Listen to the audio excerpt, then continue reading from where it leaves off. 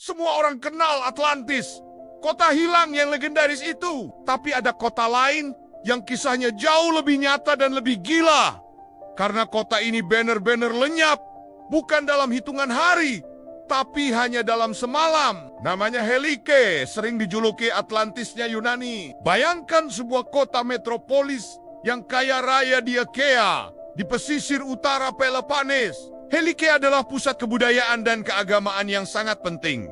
Rumah bagi kuil Poseidon yang megah, dewa laut dan gempa. Kota ini begitu berpengaruh sampai bisa mencetak koinnya sendiri.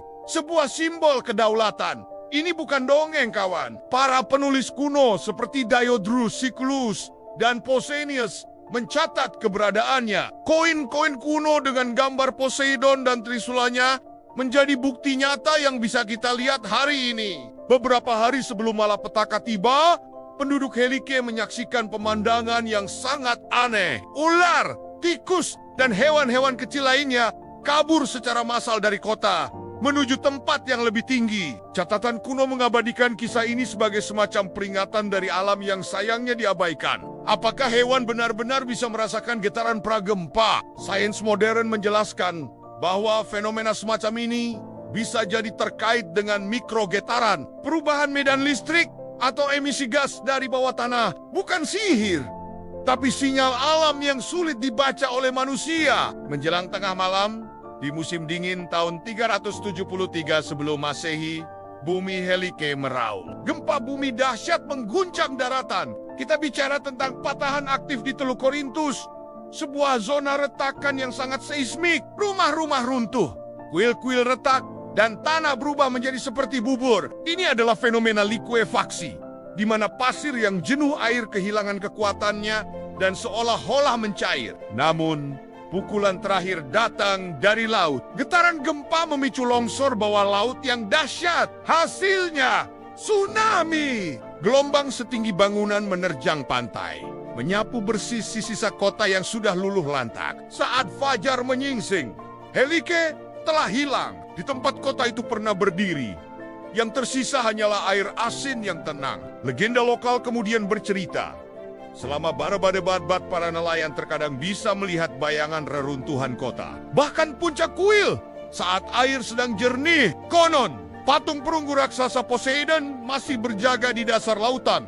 Cerita ini menyebar luas, memberi bahan bakar pada imajinasi publik tentang sebuah Atlantis yang nyata. Pertanyaannya, jika catatan kunonya begitu banyak dan jelas, kenapa butuh waktu sampai 2000 tahun untuk menemukannya? Jawabannya ada pada geologi. Garis pantai Teluk Korintus berubah secara dramatis. Sungai-sungai membawa sedimen dan lumpur, membentuk laguna yang kemudian mengering. Lokasi Helike ternyata tidak lagi berada di bawah laut terbuka, melainkan terkubur di bawah daratan baru. Sebuah kapsul waktu yang tersembunyi di dalam lumpur. Disinilah sains modern masuk. Pada akhir 1990-an hingga awal 2000-an, sebuah tim bernama Helike Project yang dipimpin oleh Dora Katsonopoulou mulai bekerja. Mereka memetakan dataran pesisir dengan georadar,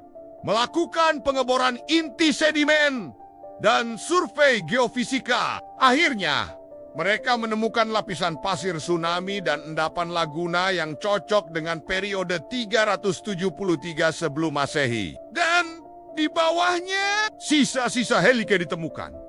Fondasi bangunan, jalanan, keramik, koin, bahkan struktur dari era setelahnya yang terawetkan dengan sangat baik. Seolah-olah waktu berhenti pada malam itu.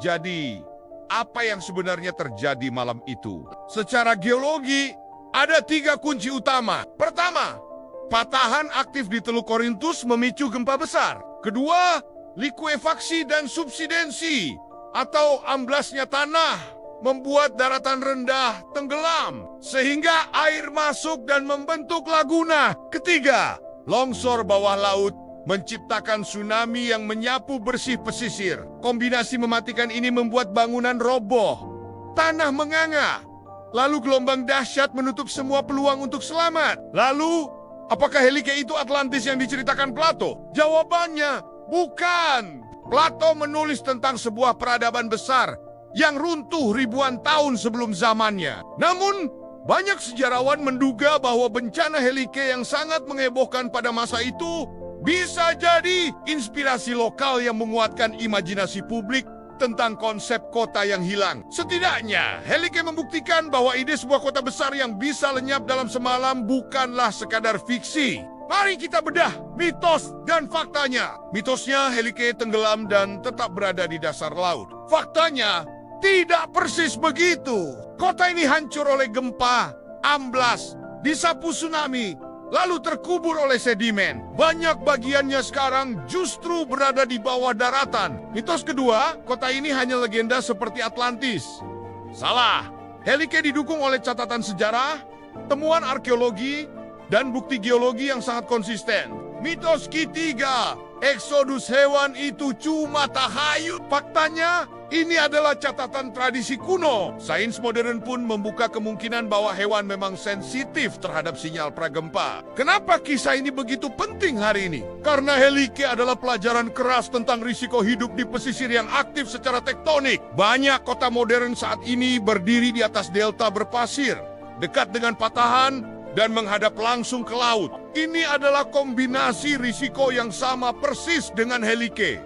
Likuifaksi, amblasnya tanah, dan tsunami. Memahami tanda-tanda alam, peta bahaya, dan sejarah gempa bukanlah soal masa lalu.